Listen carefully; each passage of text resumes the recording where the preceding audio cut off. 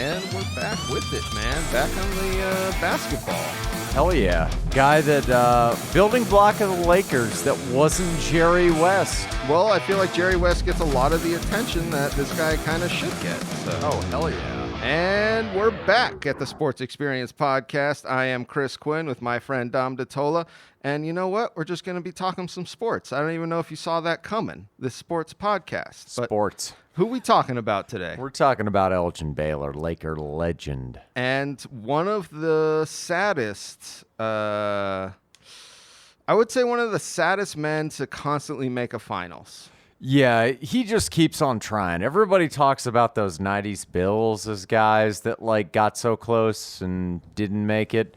Elgin Baylor got really close and just didn't make it. Well, it's so ridiculous because he was such a important member, because it was literally him and Jerry West on these Lakers teams, and they just kept making it to the finals and just kept losing to the Celtics, and we'll get into it.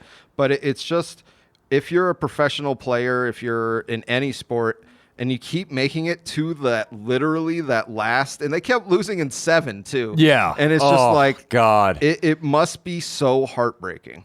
Yeah, it has to be very disheartening to be that close that many times and just not achieve it. Yep. Yeah. All right, let's get into it. Elgin Baylor, born September 16th, 1934 in Washington, D.C., son of Uziel, not sure what that is, and John Baylor. Basketball was really his sport. Yeah. Well, we got to set the tone of this. So Washington in this time was segregated. Very much so. So I thought it was interesting. He never actually played basketball until he got into high school.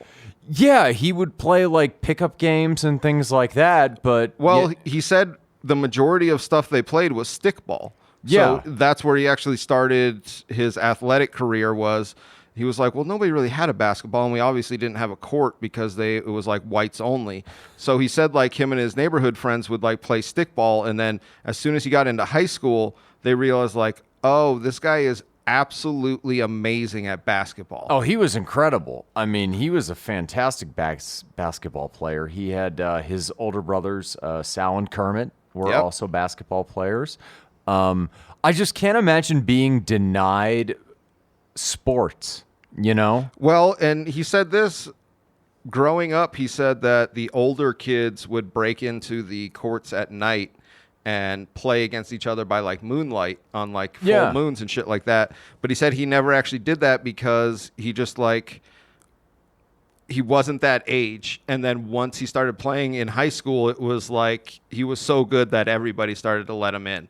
And that's what he started to do, was break down these barriers that we see all the time in this era. Well, it's the whole Kenny Powers argument from Eastbound and Down. It's just I transcend race, hombre. Yeah. I mean, that's exactly what it is with Elgin Baylor in Washington. I mean, the best probably basketball player out of Washington, D.C. outside of Kevin Durant, and that's who Elgin Baylor is. Even though he was definitely still steeped in racism, because they weren't allowed to play white schools. Which is so fucked up. Oh, it's ridiculous. But then again, you think about it, you're oh, we only play against black guys in basketball. Maybe our team's pretty good if we win. That's what he said helped him develop his game, because if you look at his game, it's very unorthodox for the time.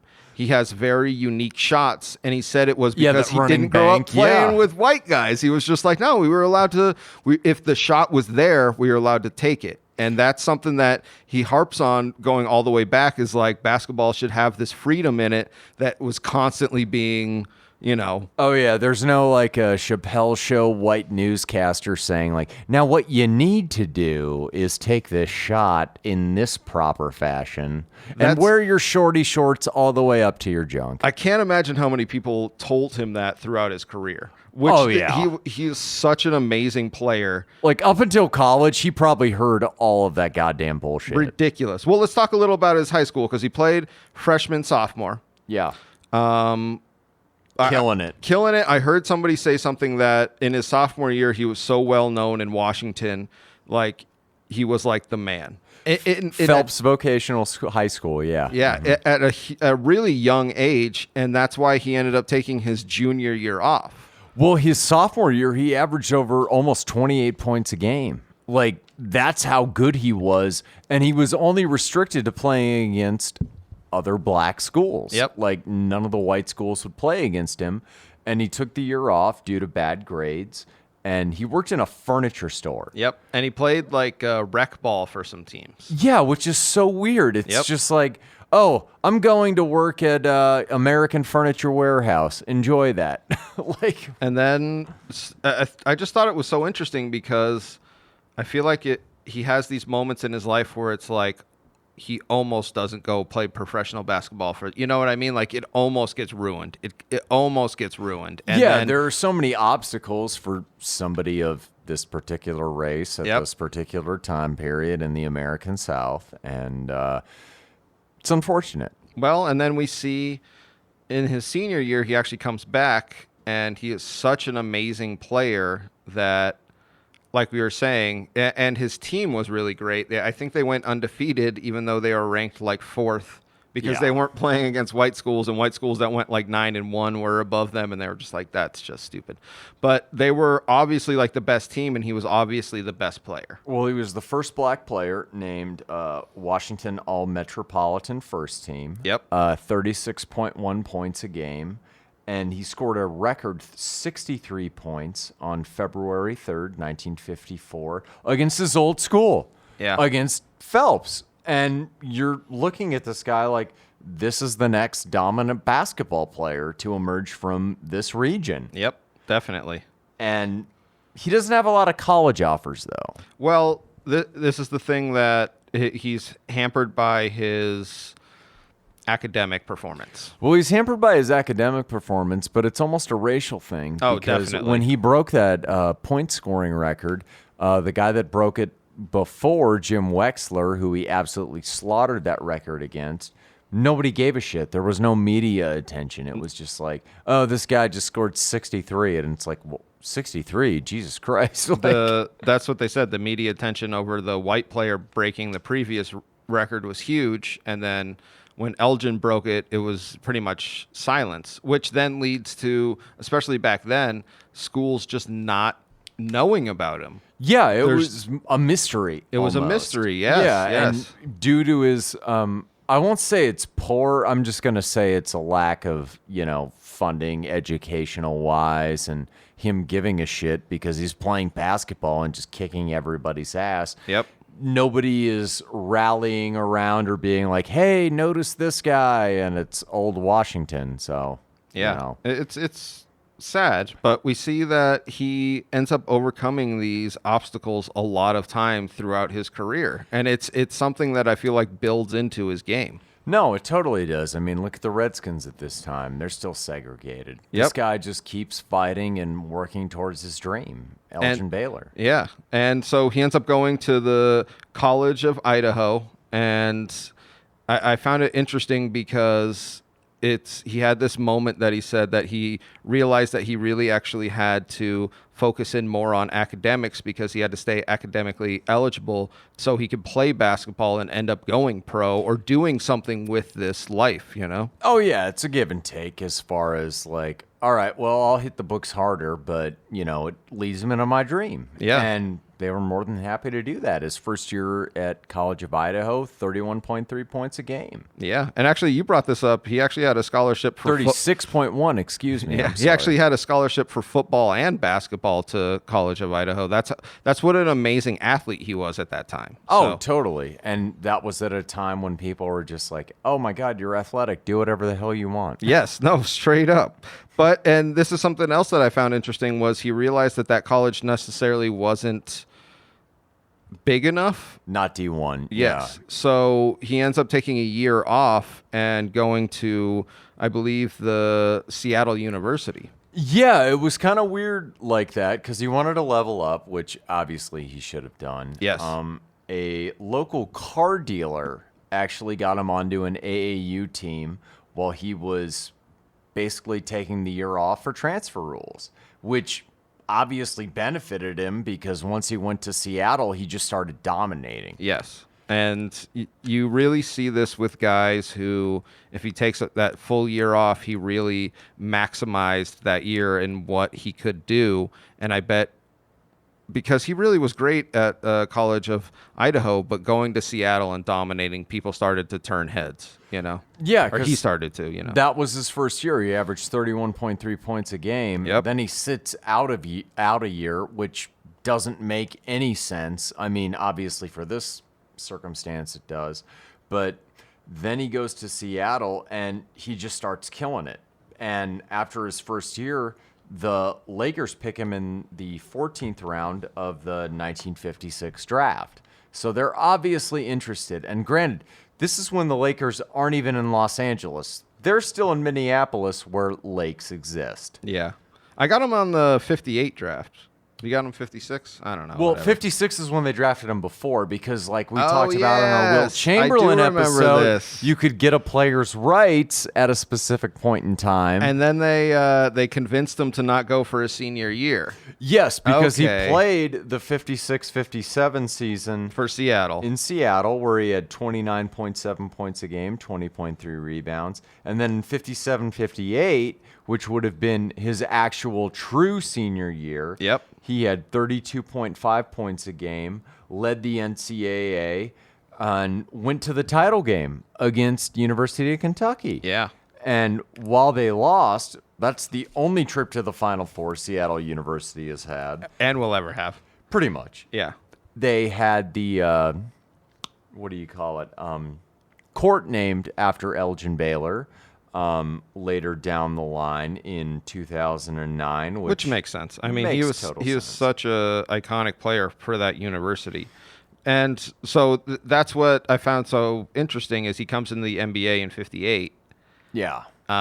with this kind of already like people are like, okay, let's see what he actually has. Well, he had this aura established about him, and the Lakers, luckily enough, sucked so hard in the previous year that they were like, oh, we drafted him in the 14th round a couple of years ago. Let's pick him up right now. I mean, he's college basketball's most dominant player, and he's not a particularly big center guy, which I found so interesting because he's 6'5", 225. I mean, this is he's where a forward. Yeah, this is where he breaks the mold, and we kind of see because we actually talked about it kind of in the ABA episode where we kind of see like the game has to change, and at this point, I feel like the game is really stagnant in the it all revolves around the center. There's no 3-point line. Yeah. And I feel like nobody thought that a guy of this size could dominate. And that's where what him and Jerry West did over the years, even though they didn't win a championship together, the fact that they just were two small guys dominating is really something that I feel like stands out. And the Lakers owner had brought it up. Yep. I mean, and he had moved with them to Los Angeles. He said, no, I'll pay this guy $20,000 because without him, we'll go bankrupt. Yeah. Like if we don't, Well, Minnesota was so bad. The Lakers were so bad. I think they were like 19 and like 53. They were like literally the worst team. And in this era, franchises were folding. Yeah. So like if they didn't get this guy to rally this team, they probably would have folded and the LA Lakers never would have existed. Just to put it in perspective. No, they would have put an expansion team in LA. That's what would have happened. Exactly. Yeah, they wouldn't have moved from Minneapolis, St. Paul. And his first year, 58-59, he's second in the league in scoring with 24.9 points a game, third in rebounding with 15 rebounds a game, and eighth in assist with 4.1 a game. He's the rookie of the year, and they make it all the way to the finals where they get swept by the Celtics. Hey, everybody. Just want to take a quick break to let you know that our Sports Experience podcast is brought to you by Engle Studio here, and they're here in Tucson for all your recording needs. Which I feel like we're going to bring up for the next decade. But recurring theme. Let me say this because like I was saying, there was so much kind of shit being talked about him, like, well, he's a small forward. What's he going to do? Like, when he comes to the NBA, he's going to get dominated. And this, just right off the bat, he had such a dominant career just like this rookie season, you're just like, oh, this guy is so good. The stat that keeps ringing to me is I think the next 7 years, he averages over 25 points and 12 boards. So I think one season he has like 24.9. Yeah. But it is such a like ridiculous stat for a small forward. I keep bringing this up, and I feel like nowadays he might be like a point guard or something. Oh, he could have been in this era. They would have switched him positions and asked him to do something else, which he could have done. Yeah. Like, this isn't your great-great-great-grandma's George Mikan Lakers. No, that was the other thing was they were talking about how he can really transcend any time in basketball. Yeah, I mean, he transcends everything. Yeah. And, like, what I found most fascinating is from 60 to 62, 63, these were his points per game averages. 34.8, 38.3, 34.0 points a game. So he's averaging over 34 points for 3 consecutive seasons. Absolutely insane. And this is during when Jerry West comes in and he starts draining shit. So that was the other thing was they were such a great duo that wasn't a big man, except for they just kept running into the fucking Celtics. Well, fucking Bill Russell. But November 15th, 1961, he set a new NBA scoring record, obviously broken by Wilt, with 71 against the Knicks. It always happens against the Knicks, and he had 25 rebounds. That was the part that I was like, what an amazing player, because small forward again, 6'5".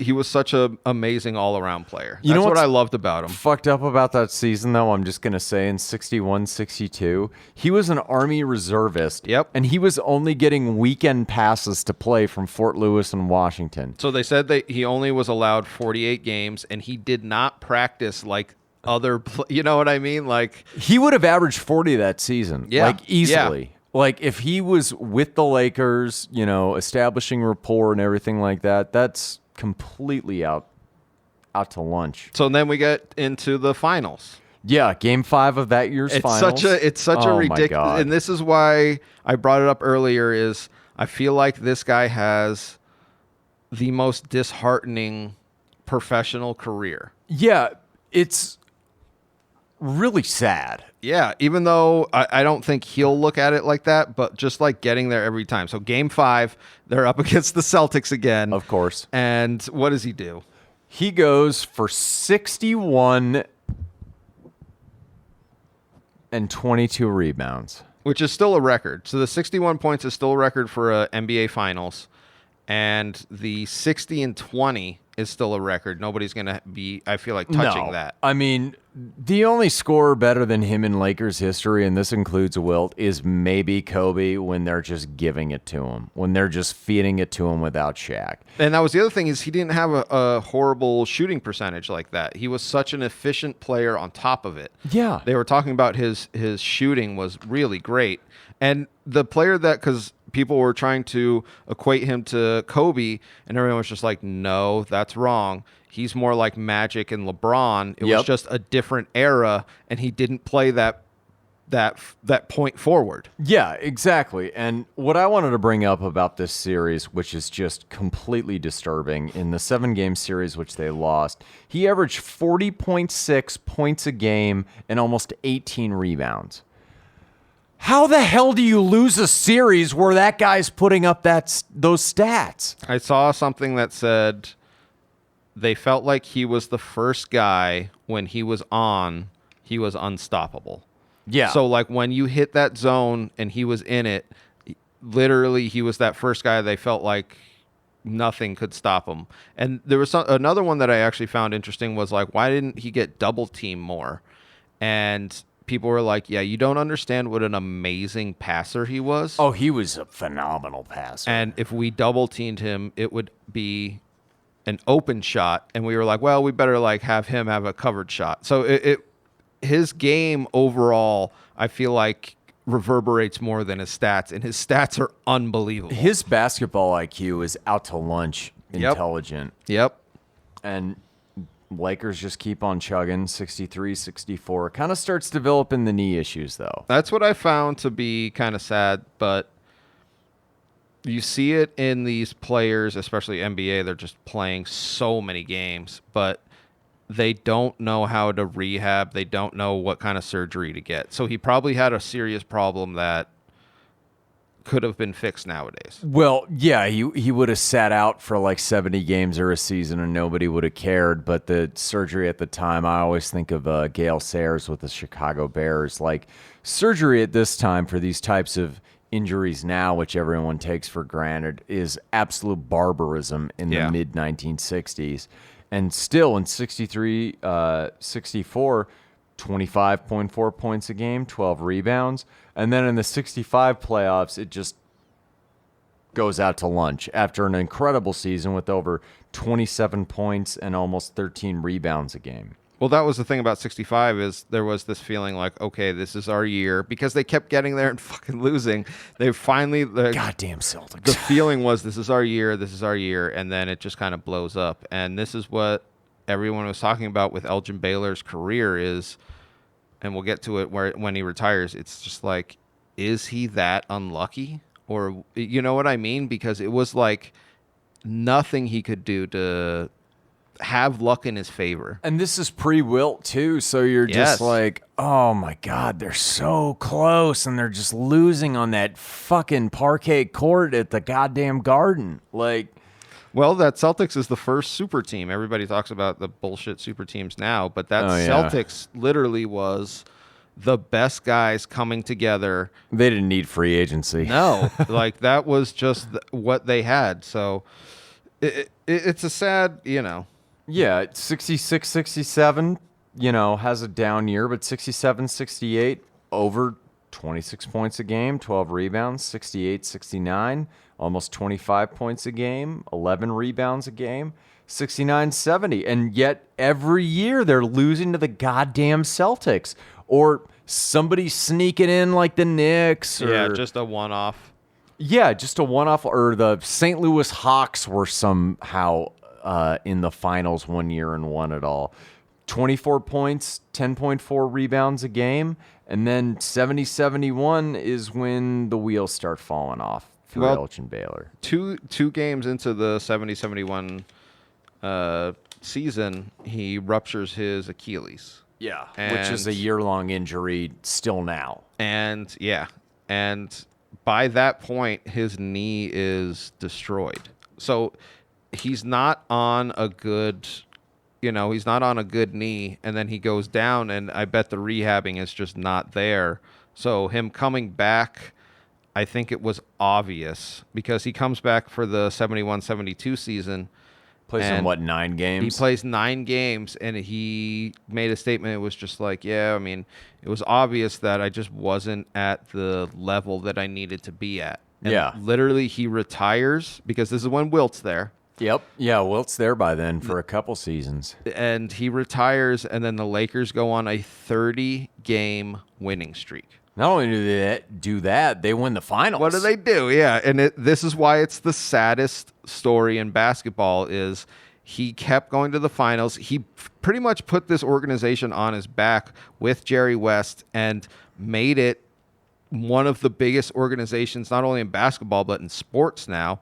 And never got to reap the fruit from, you know what I mean? Like, it's such a shitty story. And this is no disrespect to the Twin Cities. They have very proud sports franchises, but this is the goddamn LA Lakers. Yeah. This guy was signed specifically to save the franchise in Minneapolis. He not only does that, he saves them enough that they can make a move to LA and is incredible. Yeah. I mean, he's one of the NBA's greatest players of this era, possibly of all time as far as a scorer, and that's the way that it ended. Well, and it's very sad. Something that I saw was he was the guy that influenced the guys that influenced everybody's that is aware of. So he's the guy that influenced Dr. J. Yeah. He's the guy that, you know what I mean? His movements were so unique. And something else that I heard was he was one of the first guys to shoot on his way down. Yeah. So, like, it was such a silly white guy thing back then. Everyone was just, standing shooting, and he was showing everybody, like, no, I can mess with the timing of this and Still be accurate. I mean, Elgin Baylor had moves for days watching his tape. I mean, that guy was he revolutionized on another world. Yeah, definitely.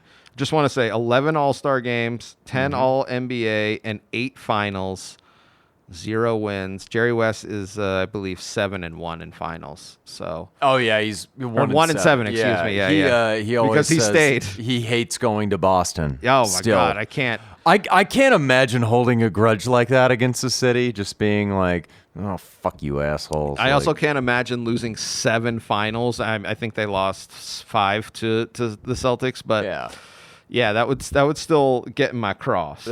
That would sting. 50th anniversary team. I just want to bring up his career stats. Yes. Just to talk about how dominant this guy was. Granted, the last 2 seasons of his career, I won't say he mailed it in, because obviously if you're hurt, you can't mail it in. Yeah. You take away those games. This is what he averaged throughout his career. 27 points a game, almost 13 rebounds, and 4 assists. Utterly insane. Yep. I mean, it boggles the mind at that point. And this is when the NBA is finally bringing in athletes, being competitive, and he's just being like, oh, I don't give a shit. Well, I feel like he was a double-double machine, but I feel like in a different era, he would have been a triple-double machine. The assists... if he played now... Yes. He's one of those guys that could play in any era. Yeah. Like, his size, his ability, his basketball IQ... Incredible player. Yeah. He talked about that, and I found it interesting. He said a lot of guys back then could play in this era.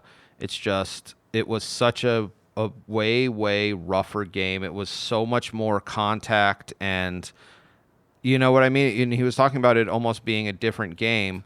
And then they said, well, do you think that you wouldn't excel in the game currently? And he was just like, no, I mean, I would still dominate. I'm just saying, like, other guys would do. Like, he was just trying to be nice, and then they were like, well, and he was just like, nah, it's still dominate. Well, if you think about it, I mean, with the invention of the 3-point line in that's the 70s, where I think, yes, after he had retired, I mean, come on. Because that was the other thing, is they were talking about him being a great shooter from all over the court. Yeah. And yeah, the game just would have benefited him with time. How about that? Exactly. I mean, would he have been as transcendent as Pistol Pete, that far ahead of his time?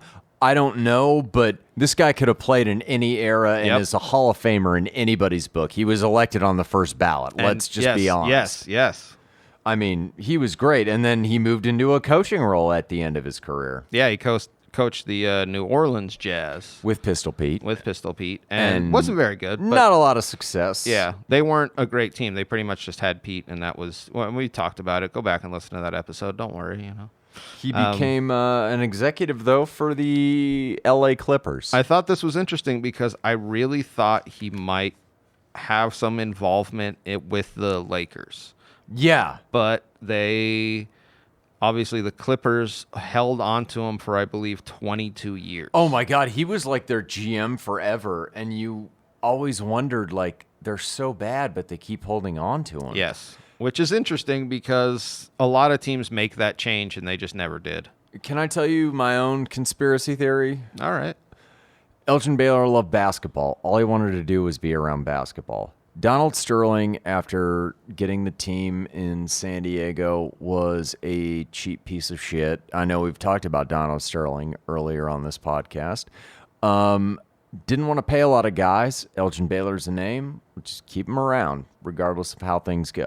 Yeah. But Elgin Baylor, to his credit, in 2006 was NBA Executive of the Year after the franchise won their first playoff series since they were in Buffalo. 0 in San Diego. Fuck you, Donald Sterling, for taking away the NBA in San Diego. Well, they were just the dregs forever. Oh, they were horrible. Just horrible. Forever. And that's why, and no talking shit to Elgin Baylor, but that's why people are like, why is he still have this job? Yeah, and it came to a head in February of 2009 where he took part in an employment discrimination suit against the Clippers, Donald Sterling, and team president Andy Rozier, and the NBA. Yeah. And, well, this is probably a half decade before we found out all about Donald Sterling Exactly. and his Feelings? nefarious ways His towards certain groups of people. Yeah, we should do a podcast on how that guy built his fortune. It's fucked Oh, that's up. not bad. Yeah. Yeah, I mean, it's pretty out to lunch. But, yeah, by March 30th, 2011, an L.A. state court jury ruled against him 12-0. But by that same token, I mean, the fact he even kept the Clippers in L.A. with the Lakers is Pretty impressive. Yeah. I mean, yeah. they've been a terrible franchise. But Elgin Baylor finished his career 27 points, almost 14 rebounds a game, and over 4 assists. Yeah. Died March 22nd, 2021. Yeah. Yeah. Well, another guy like Wes Unseld just died recently. Yeah. I mean, I brought up his career stats before that with, not including the other stuff, but still, yeah. He did a great job and is a staple of the NBA. Hey, everybody. This is just a stock message at the end of every episode. We hope you enjoyed whatever athlete and or team that episode was about. Just want to say, give us a quick follow on all social media. We have a YouTube channel, the Sports Experience Podcast, and we're on Instagram, DiTolla Dominic, and myself, C. Quinn Comedy. So give us a follow all around. We're always recording right here at Engle Studio. Thank you all very much.